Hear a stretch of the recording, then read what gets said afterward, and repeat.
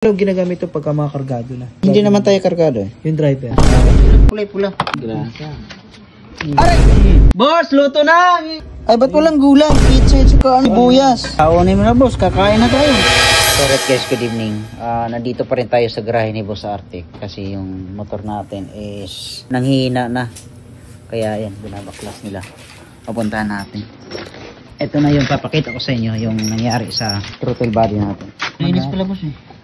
Malinis pala. Bakit kulay-pula? Tigas na. Malinis dyan. Grasa. Aray! Oh, nangangain pala yan. Nasaan yung ano ko? Throttle body ko. Eto, sasalang natin sa ultrasonic. Kaya makikita mo. Ayan, nakita mo. Mga 1 minute na nakasalang to. Tingnan mo yung sobrang dumi ng throttle body mo. Ito. Kala ko, ano pinapakuluan mo ng ano? Eto, Ano ba yan? Ultrasonic? Oo. Pang cleaning? Bang maliit ko para sa throttle body lang to. Ayan, makikita mo. Galing ah. Sarap. Ba't walang gulay, boss? Ay, mamaya ang gulay. Mamaya. Ayan, Pakuluan pala. Tingnan mo mamaya kung gaano kalinis yan. Oo. Ganyan ang gamit ng ultrasonic cleaner. Uy, naglinis. Luto na to. Uy, wala na. Boss, luto na! Niluto mo! Luto na? Oh, luto na. Oy.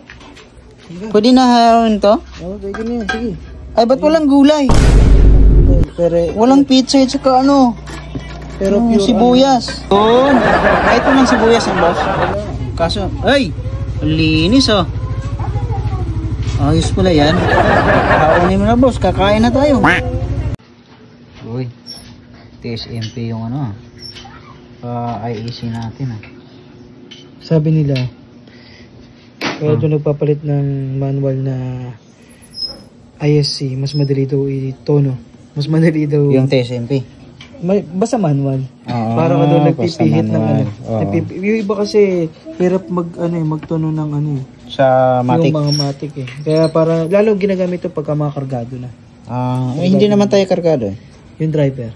Ay, hindi rin. Pwede natin. Sige. Hoy!